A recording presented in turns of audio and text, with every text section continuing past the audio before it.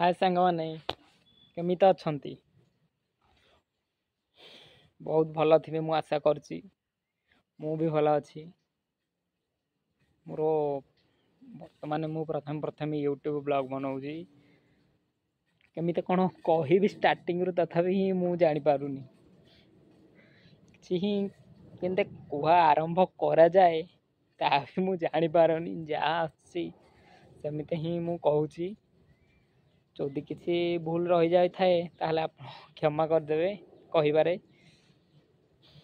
एठी आसी बसी वर्तमान नदी कूल पाखे आमर और पवन भी बाड़ौची। नदी कूल पाखे मु बसची।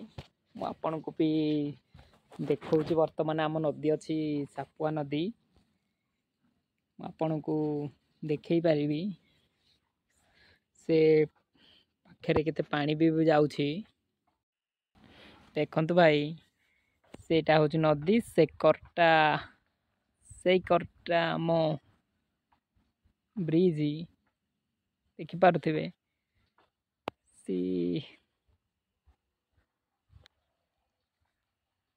नदी कूल भाई मु आसिकी बसची। पवन भी भल बाड़ौची। बढ़िया पवन बहुची।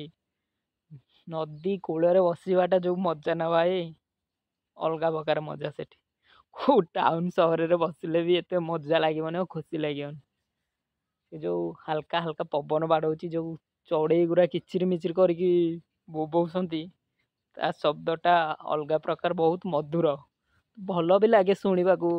जो चढ़ईर किचिर मिचिर शब्दटा ये जंगलिया पाखापाखि जो जंगलिया जगह तो नुह नदी कूल गोटे गोटे गछ उठी से गछ मूल बसवाटे जो मजा अच्छी ना कोठी भी मिलबनी। टाउन सहर जगह को जीव माने भाई खाली गाड़ी हॉर्न साउंड धुआं आपण विरक्त ही जी। गाँव रे बुलवा नदी कड़ साइड रे बुलवा और पहाड़ जंगल मध्य बुलवार मजा टी अलग प्रकार। आपण माने भी बुलंतु थरे देखिए केमिते कौन फील होची आपन को। तो मते तो बहुत भल लगुच नदी कूल बसिया को। मु प्राय टाइम जिते मन ही भल न था मोर प्राय टाइम आसिकी नदी कूल ही बसी जाए।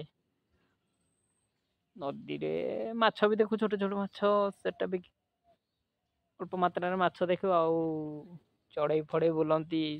प्रकृतिर गोटे दृश्य देखु आम प्रकृतिर दृश्य अति मनोहर देखा बहुत भल लगे।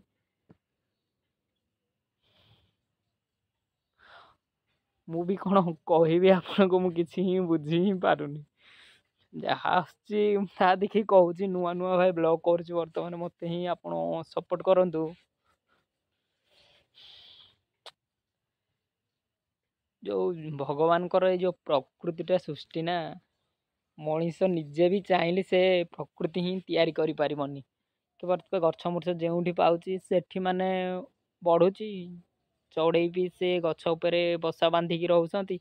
जीवजंतु भी रोचंती सरीसृप भी रोचंती किंतु मनुष्य जदि निजे चाहब सामान्य देखते गोटे उदाहरण जदि आम गोटे गछटे लगे से गोटे पक्षी बसा तैयारी करवा किंतु आम करें किंतु पक्षीटे कौन से अलिया पाल कुटा नहीं गछ तैयारी कर दिए। सेटा भगवान गोटे प्रकृतिर नियम रही क्यों जीव कहीं रहा भगवान आगुरी सृष्टि करके जीव जगत को पठे। परिवेश भगवान गोटे अवदान।